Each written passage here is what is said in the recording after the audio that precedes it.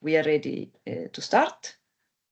Thank you for being here, and welcome to the first joint matchmaking event between the Digital Large-Scale Partnership and the Digital Skills and Jobs platform about the 8th Digital Europe call on advanced digital skills that focuses on the sectoral digital skills academies.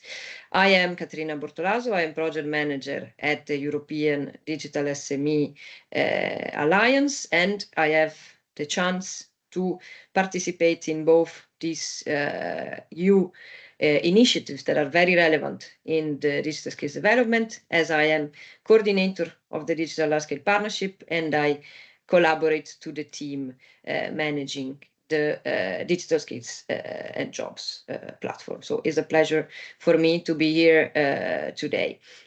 So today's webinar will be divided in two parts. So we will start with 1 hour info session that will start right now.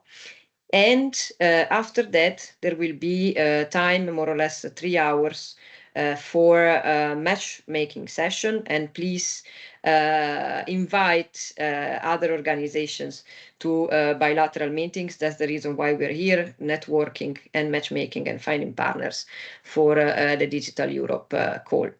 So I would go quickly through the agenda. Next slide, please. So we will start with an introduction of the Digital Skills and Jobs platform by Joanna Zotsu, project coordinator at European Schoolnet.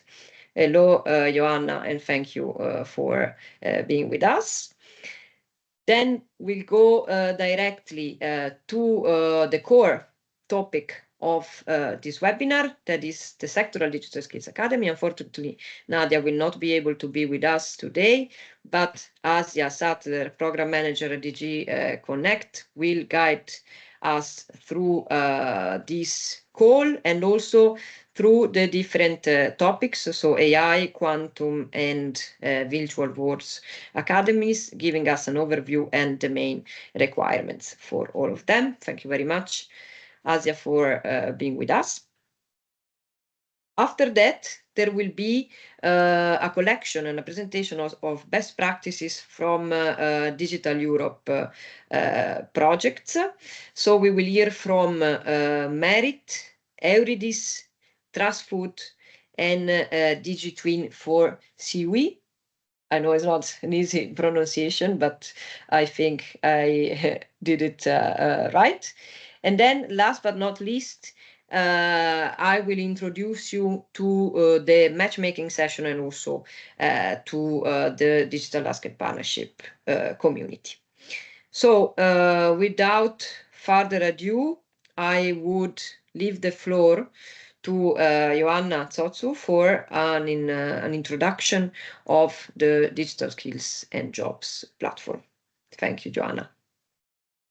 Thank you so much, Caterina, and thank you all for joining us here today and for your interest, of course, in this matchmaking session. My name is Joanna Zotsu, and I'm here on behalf of the Digital Skills and Jobs platform team to give you a quick overview of who we are and what we offer. And as we move to the next slide, the Digital Skills and Jobs platform is the European Union's one-stop shop for everything related to digital skills. It also serves as a central hub for the Digital Skills and Jobs Coalition. We're very proud to have built a vibrant and a growing community of more than 15,000 users with the platform receiving monthly over 21,000 visits. So what exactly can you find on the platform? We host a wide range of high-quality content contributed by both European and national initiatives. That includes good practices from across the continent, training and funding opportunities, as well as expert insights. One of our key features is a dedicated networking tool for the Digital Europe calls, especially those focusing on advanced digital skills. Beyond that, the platform is also the official home of several major EU initiatives. These include the Digital Skills Pledges, where organizations commit to real actions that boost digital skills across Europe. We also host the Cybersecurity Skills Academy, aimed at growing the cybersecurity talent pool. And the recently launched Industry Academia Network, which fosters a stronger collaboration between the academy, the academic institutions, and the companies to address cybersecurity skills gap. And of course, we're organizing the European Digital Skills Awards that I will go back to them later in my presentation. So the next slide. Before that, I would like to point out here that to enhance the user experience, we have developed a suite of smart tools. For example, our content recommender that helps users discover the most relevant resources among all the variety of resources we offer now on the platform. We also have the learning paths to match different skills, levels, and goals.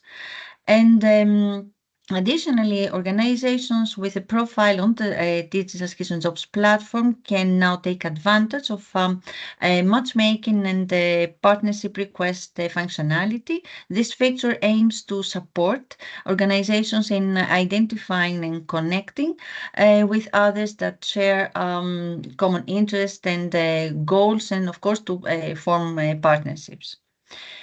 Of course, we couldn't do this alone. The platform relies on a strong network of close partners, including the Platform Advisory Panel, the National Coalitions for Skills and Jobs, and the projects funded under the CEF and now DEP program. And we also work closely with the European Commission, whose direct input is invaluable in shaping our direction. And to the next slide. Currently, the platform features more than 3,000 content items, helping users across Europe to stay informed about both EU level and national level digital initiatives. Among others, of course, as I have already said, we also host training opportunities, funding opportunities, good practices, and so on. So let me highlight one of, in the next slide, one of our flagship elements, the pledges for digital skills and jobs. These pledges turn a commitment into action, with organizations taking tangible steps to improve digital competencies across the board. Those actions are free of charge for the users and target several categories. On the next slide, since 2023, the platform is also the home for the Cybersecurity Skills Academy. This is a key initiative focused specifically on boosting cybersecurity capabilities throughout Europe. And more recently, it was launched the Industry Academia Network that aims to strengthen collaboration between academic institutions and industry players to bridge the cybersecurity skills gap. A dedicated networking tool for the members of this network is available on the platform, and there is an upcoming repository of training that it is coming soon to the platform. And to the next slide. Okay, expertise is central to everything we do. One of our most engaging formats is the Digital Skills Talks. This is a series of insightful conversations with experts in the field. So far, we have hosted 12 live episodes, and they're all available on YouTube channel for everyone who would like to dive deeper. And to the next slide, the platform also plays a key role of course, in supporting the Digital Euro program. This is the reason we're here today. We have organized several info days, like the one that was 2 weeks ago for the sectoral digital academies. And we offer networking tool to help organizations form consortia and support applicants interested in funding opportunities. Today, more than 600 members are part of this community. And to the next and last slide, looking ahead and following the success of the previous editions, we're excited now to be preparing the 2025 edition of the European Digital Skills Awards. This year's edition will be launched next week. And this is an initiative that celebrates outstanding projects from across Europe in areas such as education, workforce, upskilling, digital inclusion, women in tech, cybersecurity. So that's it from my side. Thank you once again for being here today. We hope this matchmaking session will spark new ideas and create meaningful connections. If you have any questions, feel free to raise them, of course, and you can reach out to us in the email address I will just add in the chat. Thank you so much. Over to you, Katerina. Thank you very much, Joanna. And I think it was a very good opportunity to share all the initiatives of the Digital Skills and Jobs platform. Please also apply for the Digital Skills Awards and follow us, and especially the Digital Skills Talks every month. And as Joanna has rightly remembered, on last Friday, we have followed a very insightful info day on the 8th round of digital skills, advanced digital skills call financed by the Digital Europe program. So now it is our chance to go a bit deeper into that and also to revise what are the requirements of the course and what are the calls about. So I would leave the floor to Asia for an overview of the call, and then also directly for deeper insights on each specific topic. Thank you very much. Asia, the floor is yours. Thank you. Yes, I'm Asia Sattler. I'm a program manager at DigiConnect. In the unit which is coordinating all the topics of the Digital Europe program in the field of specific objective 4, so advanced digital skills, and is also somehow responsible for these 3 topics which are called out for now the 3 academies.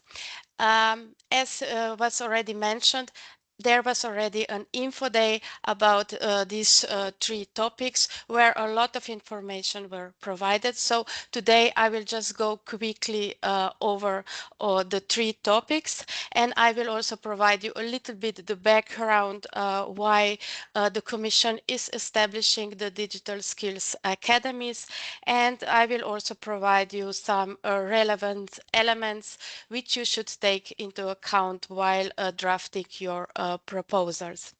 Next slide. So what are we talking about here is about the 3 of the 4 digital skills advanced academies. So we have the Quantum Skills Academies, where the funding is 10 million euro. We will fund 1 project. The type of the grant is lump sum, so 50% of funding, and the duration of the project should be 48 months. Why I said here EU funding is because the Commission will give 10 million euros and the consortium will have to add 10 additional millions. We have the next is the AI Skills Academy. Now we are calling for the first part of the academy, which is focusing more on the generative AI. The funding is 7 million. 1 project will be funded. It's a lump sum grant, and the indicative duration is 48 48 months. The second part of the AI Skills Academy will be called for at the end of this year, around October, November. The budget is also 7 million and 1 project will be funded. The third academy is the Virtual World Skills Academy, also 10 million, 1 project, lump sum, and 48 months. What is common for all these academies is that the submission is on the 2nd September 2025. So looks like a lot of time, but the summer holidays are in between. So it is really probably important that you start building the consortium already now. Next slide. Next slide, please. So as you know, in last year, a lot of reports were published on the status of the European Union economy, like the Draghi report. And as a result of that, or response to that, with the new commission, we got published a lot of important strategic documents like the competitiveness compass for the EU, a document guiding the European Union towards regaining its competitiveness. Another important document is the Union of Skills, which is actually a plan to improve high quality education, training, and lifelong learning. Here in this slide is just a paragraph from this communication, and here you can see that the European Commission is implementing targeted EU skills academies, which will deliver the skills needed by industry, such as also for the digital transformations. And in the digital field, we will have, as I said, 4 academies on artificial intelligence, quantum, virtual worlds, and semiconductors.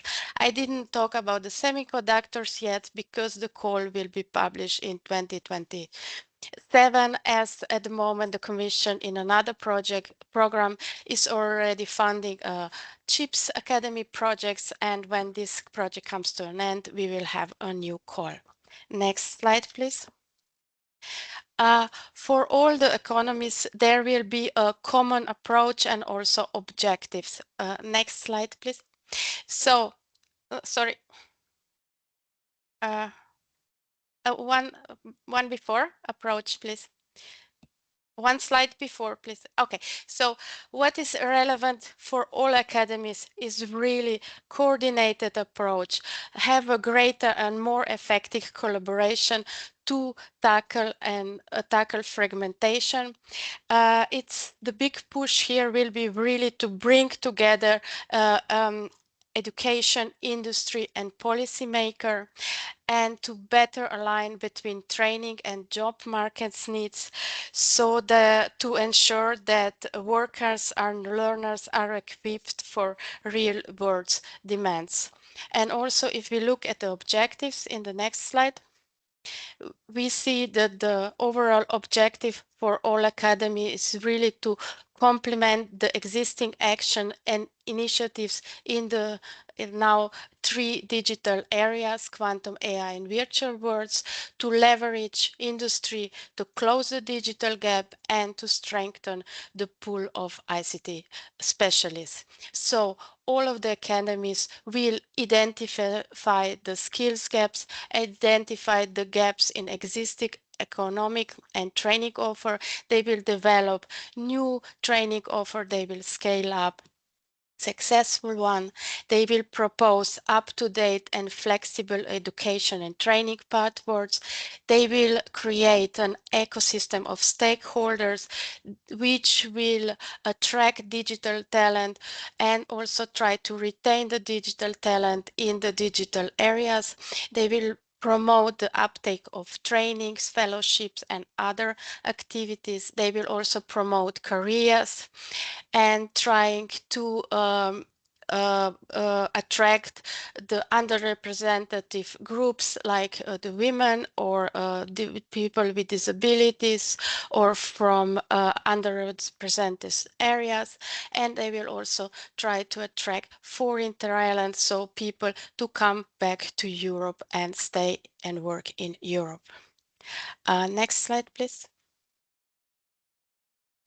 When you read the call document of all the academies, you will see that all three academies are structured around the three main pillars. So the first pillar is really about training, about the knowledge, education, and training offer to provide. The second pillar is about building the ecosystem between academia, training institution, industry, research, and all the other relevant stakeholders. And it's also about communication, dissemination, promotion, and awareness raising activities to get awareness about these three digital fields. And the third pillar is about measuring progress to closing the digital skills gap and to match the supply with the demand in, of course, training activities.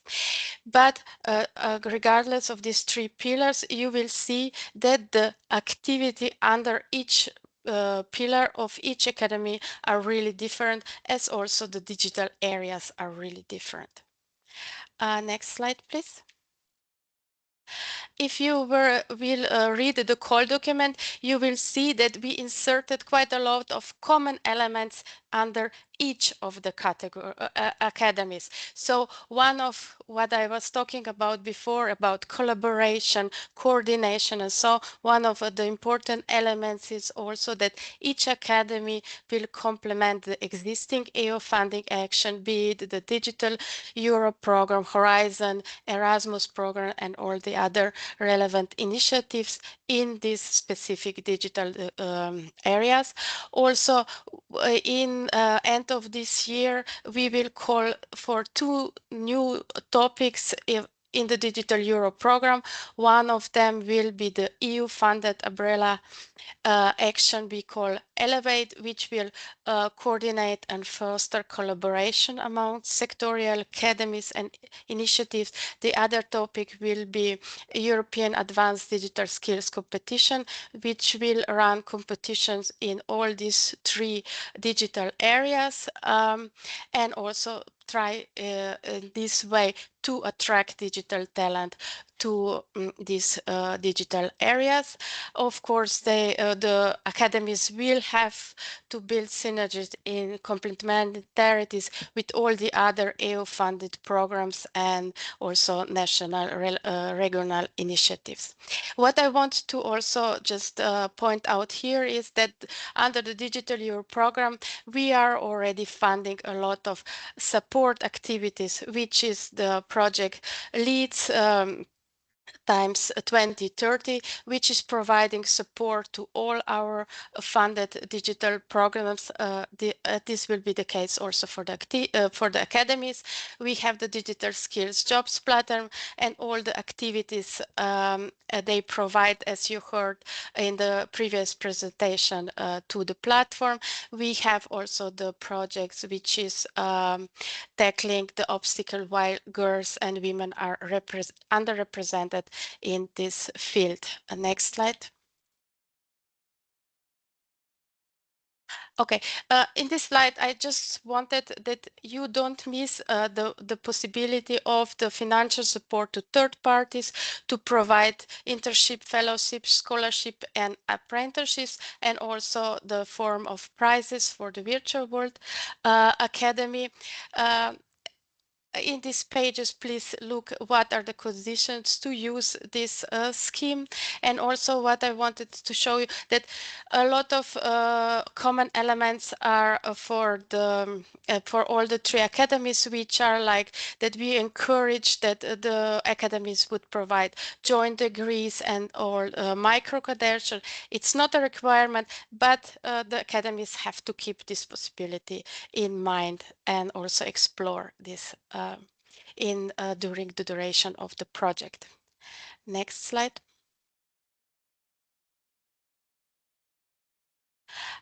What is different for all the academies and in line with the matchmaking session today is the consortium composition. So the consortium composition is one of the eligibility criteria, and you have to take a really look at this, because if you miss to provide the required minimum consortium composition, which is for example for the quantum academy, 5 entities from 3 different eligible countries. If you miss to provide this, your proposals will be excluded and not evaluated. So the consortium composition is really a must.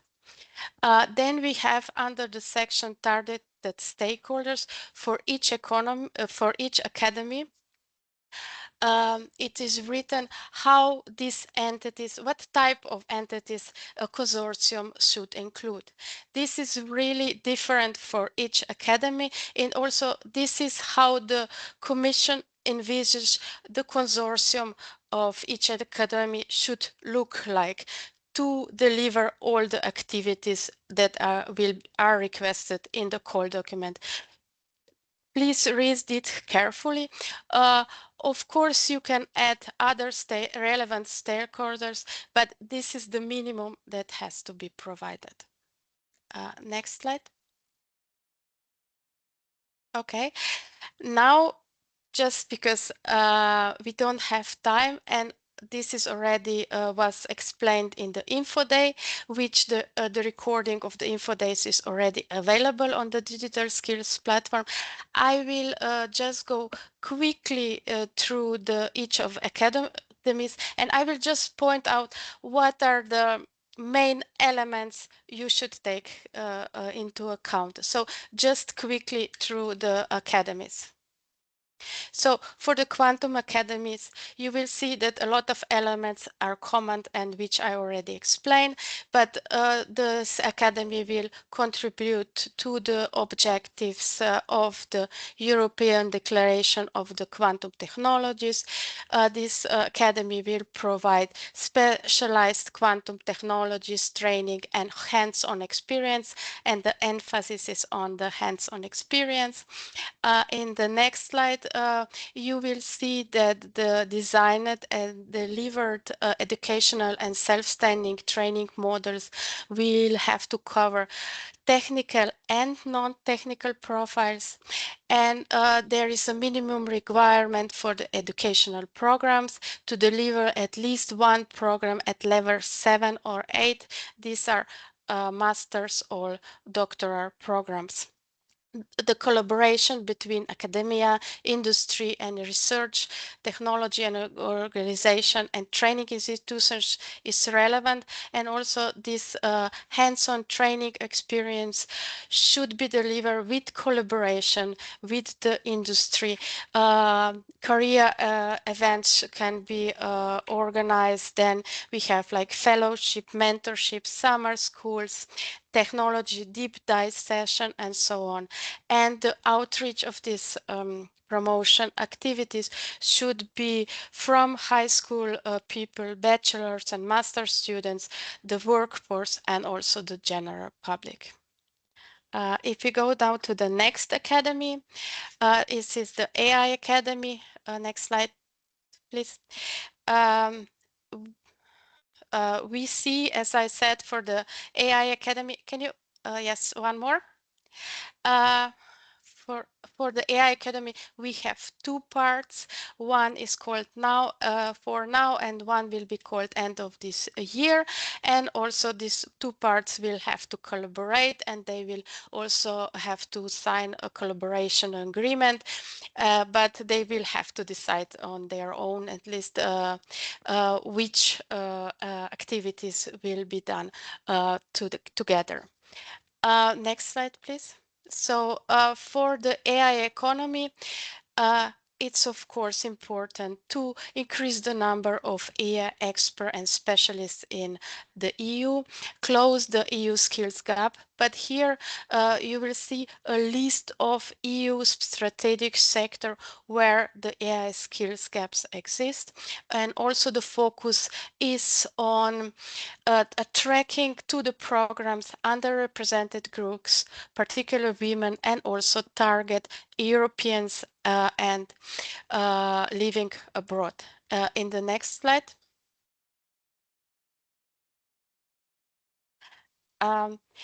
Just shortly, what is important under Pillar 1 is, of course, the design and piloting of programs and trainings. And then we have also the offer of scholarship and returnerships for women. Under the building the ecosystem, we have the AI fellowship schemes, the AI apprenticeships programs, and also the outreach companies, which should also target specialists abroad. Next slide.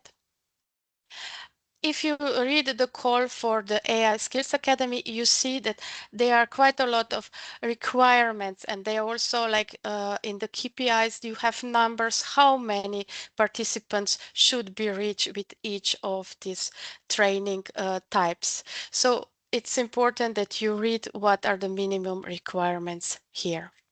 Next slide. Okay, then we still go to the Virtual World Academy. I'm sorry that it has to be so quick. So two new elements are here. It's the introduction of the reference model, so to design a competence and qualification framework, and also the harmonizing the teaching, so to develop and to maintain a catalog of education and training curriculum and programs in the virtual worlds domain. So in the next slide, if we look at the pillar 1, these are these two elements, but also what is unique for the virtual worlds, that all the training offer has to build on 3 key building blocks, and also that the training offers is structured around targeted groups. So in the next slide, you can see these 3 building blocks, which are really relevant for the pilot 1. And in the next block, next slide, sorry, you can see the 6 identified target groups around which the the training offer should be provided and also piloted by the academies. And on the next slide for the virtual worlds, I mean, it's a nice closure of the academies, because the outcome of this on this slide could be applied to all academies. So it's really about to providing the needed skills in each digital area, so that the workforce is equipped with these skills to be able to boost European competitiveness and innovation capacity, and also to achieve better balance between the demand and the offer of the advanced digital skills. In the next slides. Okay. One more.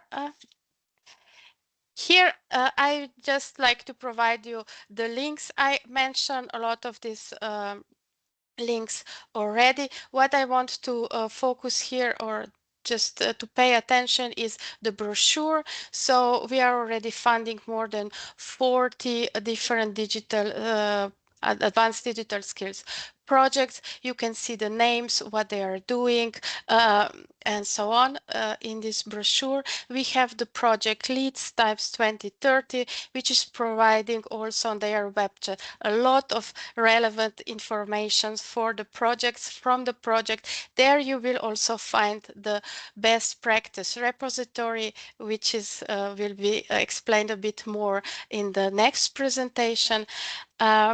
and also all the other relevant links for this call.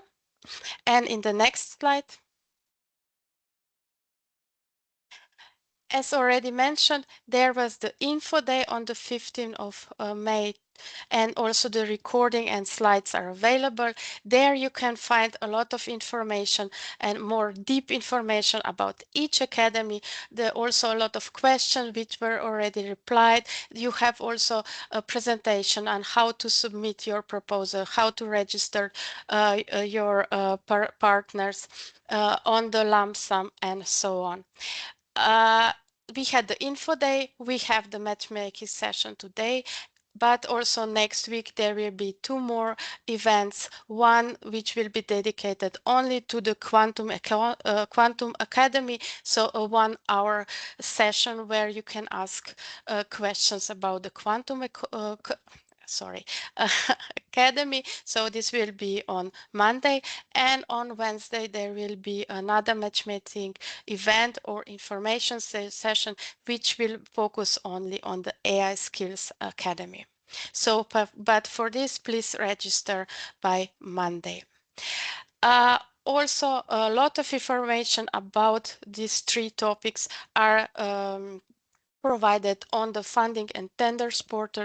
There is also a section where questions which we already received for these academies are answered. There is also like a link where you can also ask more questions. And also there is the Digital Skills Jobs platform where a lot of informations are provided. So in case you have questions and would like to reach out, so there are many different possibilities for us to reach out and ask questions, which we will reply and also publish on the funding and tenders portal. So I think Thank you, Asia. talked about this. So thank you very much. Thank you. Thank you very much for this very exhaustive overview of the different opportunities under these 8 call. This was really a summary of the main important point, because the call is indeed very dense. So don't miss these brokerage events next week, and also don't miss the chance to rewatch the info day, and the recording is available in the digital skills and jobs platform. We will provide you with the link. So now, to give enough space to the projects that are also have also joined the event, I would leave the floor to Umberto Morelli, research technologist at Fondazione Bruno Kessler for Merit project. I just need to tell all of the project that come now that you have 5 minutes to present. Thank you very much. Thank you, Caterina, for the introduction. If you go next slides, I represent Merit. That is a project that involves 4 different universities: Spain, Latvia, Lithuania, and Estonia. And the outcome is the development of 5 different master programs to prepare the next generation of digital specialists in 3 domains: AI, cybersecurity, and IoT. We have more than 127 students in the first cycle, with a cross-partnership with small medium enterprise, from the design of the courses up to the participation to events, and in future for internship thesis and the career support. We also developed AI-assisted tools to aid the quality monitoring and predict what would be the outcome for those students. We organize annual events, hackathon, ideathon, and workshops. And more generally, we developed 2 strategies to recurrently identify year by year which are the most needed topics and technologies to bring to courses, and also to upskill partners, leveraging the best practices within the consortium. Particularly, we identified the 10 possible improvement areas, also involving the first 4 pillars of social rights. If you go next slide. The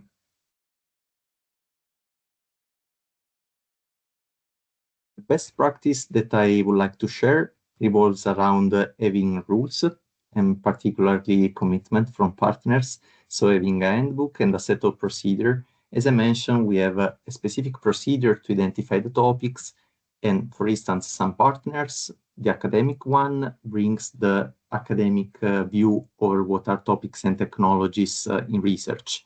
Small medium enterprise via questionnaire or the network of partners instead brings what are the market needs. Then we match the two and we have this independent review from within the consortium about what is the best for merit courses. Then it's important to organize recurring meetings and come prepared. So sharing the agenda and having an action point that allows me to, after a few days, go to a partner and say, you committed to this by this date. Those are general, but it's always important to have them in each part. Then we realized that to develop master courses, there were the need for specific work packages. We dedicated one to administration, one for communication and dissemination, and 3 different for design, development, and administration of courses. And we realized that they need to interact, and also the part of designing needed a lot of resource sharing. So each partner described what was his vision on what to develop and with which resources. There were common buying of material and resources. About the challenges, if like us, you want to develop new program, it takes an extensive works. In Spain, for instance, it was around 8 months, in other around 5 months to propose and be accepted at the national level.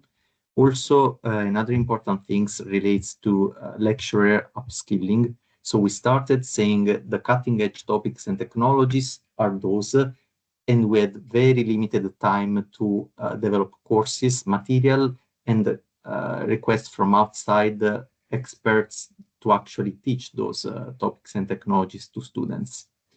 KPI definition was also tricky because some KPI we realized overlap, so we needed to define them better. And also students, we wanted to have non-ICT students within courses, but preparing conversion courses was particularly difficult.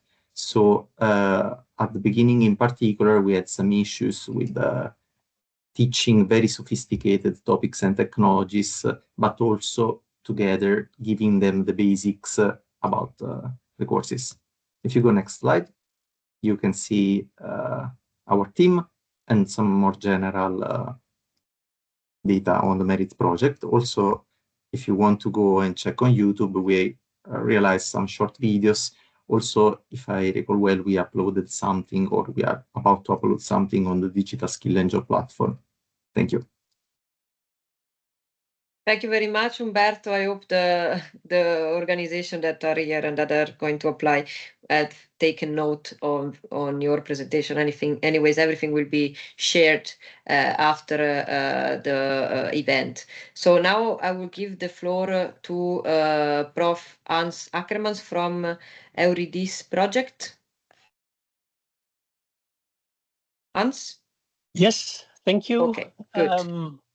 Hello, good afternoon. I'm an executive board member of the Eurydice project. The Eurydice project is a Digital Europe project in the advanced digital skills. We are developing and delivering several educational programs for master students, for teachers, but also for industry and lifelong learning. The Eurydice project has a number of specific characteristics.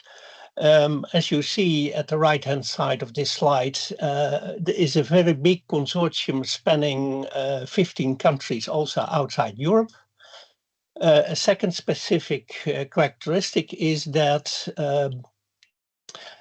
the education we develop is very interdisciplinary. It's not only focused on technology and engineering, so technical skills, but we have also involved faculties of law, social science, economics, and humanities. And the sectors we are focusing on are those of education, culture, and communication. So that, please, next slide. Yes, thank you. Given this interdisciplinarity, one of the actions we are working on now is an international joint master with 3 different universities in 3 different countries. It will start in September this year, and 1 year later there will another 3 university degree awarding universities will enter. So our issue is, I'm not saying that this is a best practice, but I think this is an issue that almost all projects will have to encounter. Our issue is that students are distributed over multiple locations. In the start, 3 different countries, later on 6 different countries. That does require a lot of virtual and online education, but you don't want only online education, because there is a big need for challenge-based work groups across different countries. You want to develop a community, and you want to develop in-person contact. So the question is how to blend both in presence and remote forms of education. And we have developed a concept for that we call the collaboratorium, and you see some impressions, artist impressions at the right-hand side. So basically the idea is you have local classrooms, they do work, but they have a virtual connection to other local classrooms. And every now and then, every year, we bring everyone, teachers and students, together.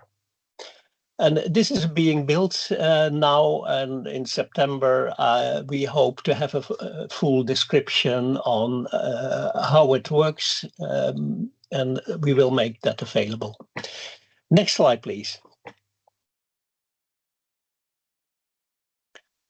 Yeah, the second issue we have been working on, and we have some ideas about it. Our consortium contains 15 universities, but also 10 SMEs, so very different providers. And the idea is to make it so that every course can be issued as a micro-credential course. And our experience is that it's a very complicated field with lots and lots of documents. So the practical question is how to make micro-credentials doable without too much bureaucratic red tape.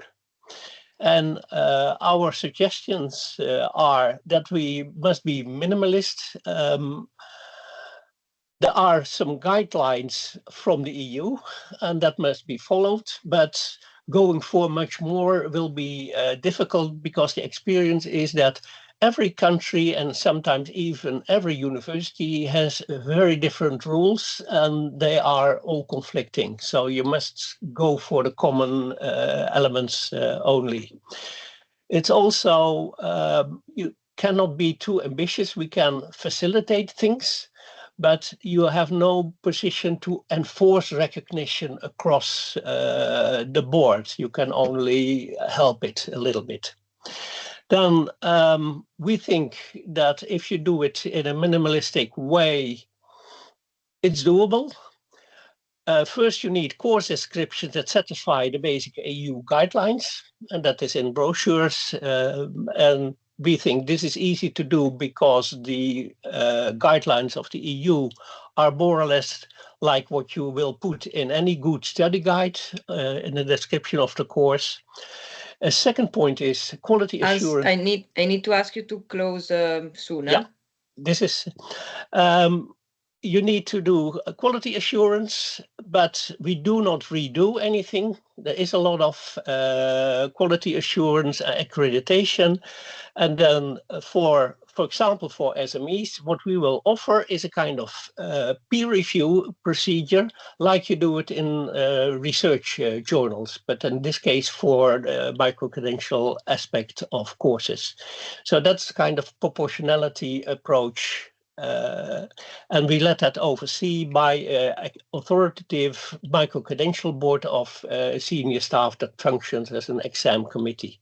So this is our contribution, how we want to make micro-credentials really practical and possible.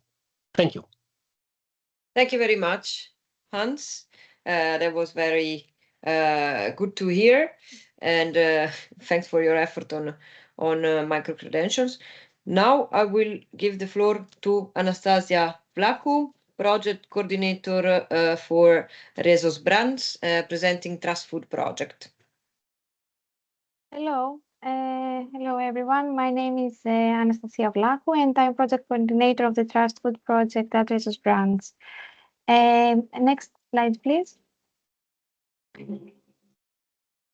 So Trust Food is a digital Europe program, a program project supporting the development of advanced digital skills, especially blockchain, actually for SMEs and job seekers in the agri-food sector.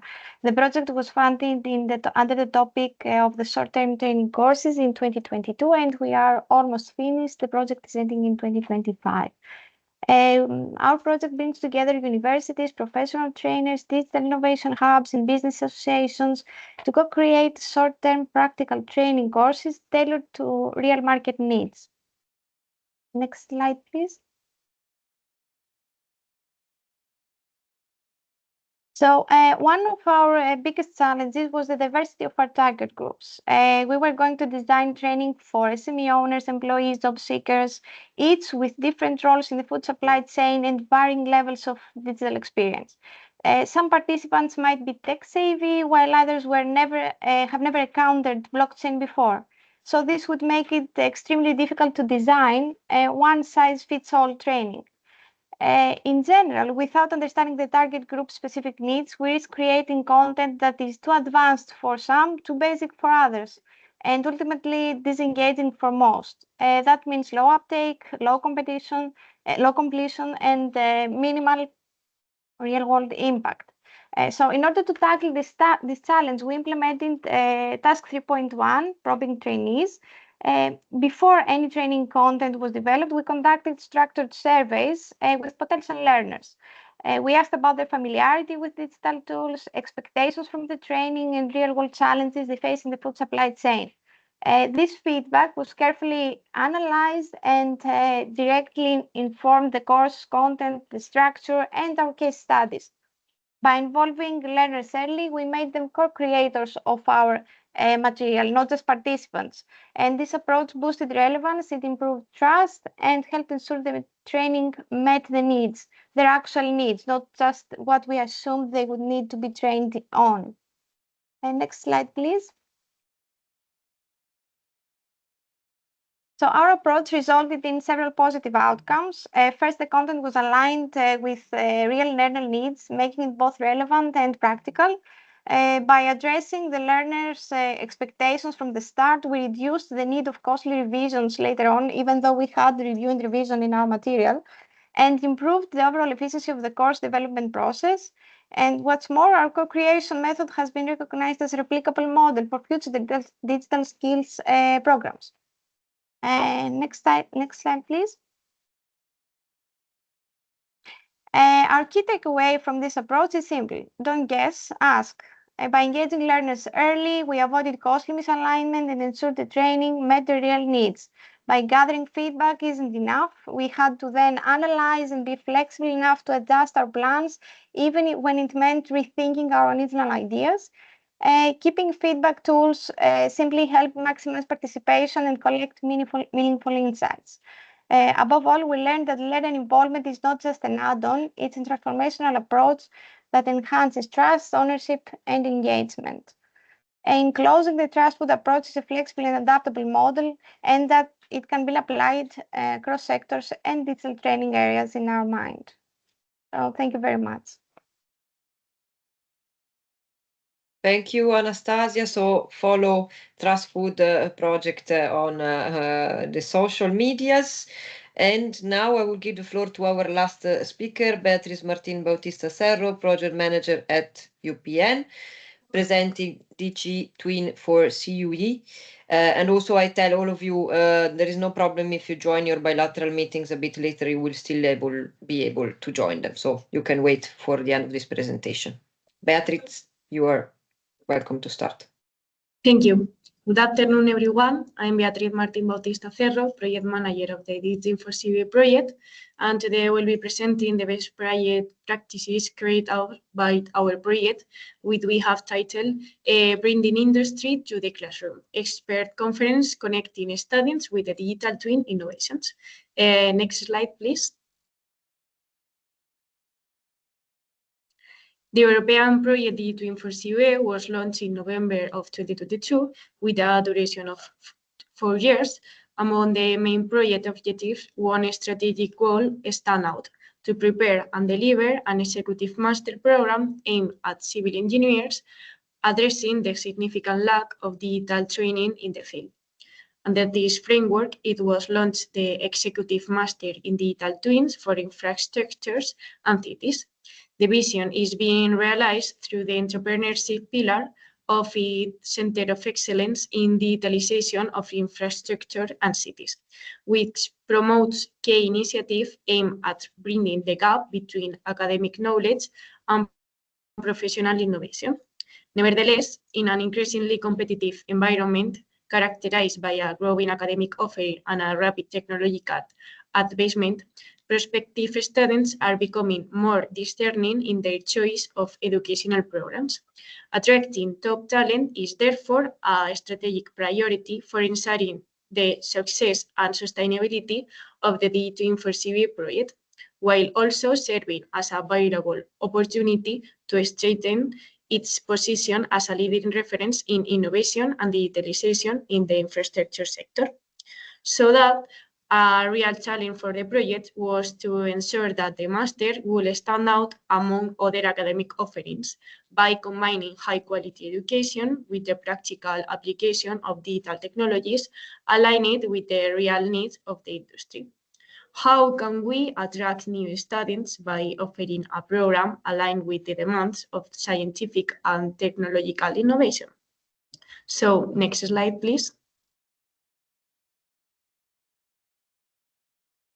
We identified a solution, and as a response to the identified challenge, the master established the conference cycle, a series of public sessions led by global experts that go beyond the conventional application of digital twins. These events delve into real-world use cases across a variety of sectors. The conferences are held on a bi-weekly basis, both in virtual and in-person formats, across the 5 partner universities delivering the master program. Through this initiative, the students benefit from continuous exposure to industry leaders, researchers, and professionals, allowing them to engage directly with the key stakeholders in the field, gaining up-to-date knowledge on the latest development in digital twin technologies, and participate in discussions that bridge academic learning with the real-world industry demands. As outcomes, this initiative has successfully created a dynamic learning and knowledge transfer environment by bringing the master students into direct contact with leading voices in the field. The conference cycle has featured guest speakers from renowned institutions and companies such as the University of Colorado Boulder, the Barcelona Supercomputing Center, or AZBANET Hungary, among others. As a result, the master program has gained increasing international visibility. This is evidenced by the significant growth of our communication and outreach channels, with over 3,000 followers on LinkedIn and approximately 10,000 views on YouTube. Notably, more than 80% of the prospective students now discover the program through one of these 2 key platforms. In addition, in-person sessions of the conference cycle provide valuable networking opportunities, enabling students to connect directly with guest speakers during dedicated engagement moments. These face-to-face interactions are essential for building professional networks, exploring career trajectories, and stimulating future collaborations with the fast-evolving digital twins ecosystem. Next slide, please. And as our key takeaways... I need to ask you also to close soon, eh? Yeah. Thank you. And as our key takeaways, the best practice for us was to schedule integration with the academic hours, embedding conference cycle sessions within the master regular timetable that ensures consistent students' attendance and reinforce the value as an essential component of learning experience. We bridge between industry and academia that favors direct interaction with industry leaders and researchers, and including the students' participations directly at the conference that help students to keep themselves highly motivated and disciplined through the course. That was everything for our side. Thanks to all. Thank you very much, Beatrice, and thanks to all the speakers that presented their projects today. Please follow the project's social media on Instagram and LinkedIn and all the other social media available, and also follow, I think, their key takeaways about their project, because they can be useful in the future. So now just a few words on the Digital Large-Scale Partnership and how the matchmaking works. I will be very quick. If you have some scheduled meeting, don't worry, you will still be able to enter them. So first of all, the Digital Large-Scale Partnership is the Pact for Skills initiative that brings together all the stakeholders interested in and committed to equip the European workforce with the digital skills required by the EU Digital Decade targets, and now counts more than 150 stakeholders, including the most wide range of stakeholders, so a European National Association cluster, digital innovation hubs, university, research centers, companies, and VET providers, but also projects. So Blueprint projects are also members of the Digital LSP. You can find the list and the program document in the links attached. So the objectives, as I said, is mainly the contribution to the EU Digital Decade targets that we all know. So I think we can go to the next slide already. And as I said, also all kind of entities can join, both single entities and umbrella organization. And this also includes Erasmus Plus Blueprints and other EU-funded projects, but also other large-scale partnerships can be part of the Digital Large-Scale Partnership. Yes, next slide, please. So why becoming a member? Because first of all, it gives eligibility for Blueprint projects. Then it also allows networking and matchmaking sessions that we organize on a regular basis, updates on funding opportunity, and provisions of training and tools to upskill and reskill. And then following the active Blueprint projects, we also provide skills needs analysis and technology outlook that are part of project results. And also we connect with other industrial ecosystems, so with other LSPs. Next slide, please. So how to become a member? You need to do it still through the Pact for Skills website, and in particular, as in the next slide you will see, when asked which large-scale partnership you would like to join, you need to put the number 905. Okay, next slide and next slide. Great. So what to expect, as we said, matchmaking events, info session, but also joint events with other initiatives like the Digital Skills and Jobs platform that are aiming to digitalize industrial, to develop digital skills, and also other LSP that aim to digitalize industrial ecosystems. workshops related to blueprint projects that we are already carrying out, and the launch of thematic working groups on the specific topic or related to blueprint projects like AI, cybersecurity, blockchain, sustainability, and smart cities. Next slide. Now we go to the core. So we use a matchmaking platform as an online networking tool to connect organizations with potential partners, and also SMEs, universities, research centers, business organizations, digital innovation hubs, but also public administration, and that's a tool to facilitate collaboration among them. Next slide, please. How to participate? If you haven't done it yet, you need to sign up to Partner All. And then after that, next slide, you need to click on the digital LSP thematic community. So you can register by joining the community that now features 629 members. This is an informal community compared to the formal registrations on the Pact for Skills, but it's a networking community. Next slide, please. So how it works, and that's what you will need to do now. So you must have registered yourself or your organization. Now on the participants tab, you can visit the other registered organization and individuals profile.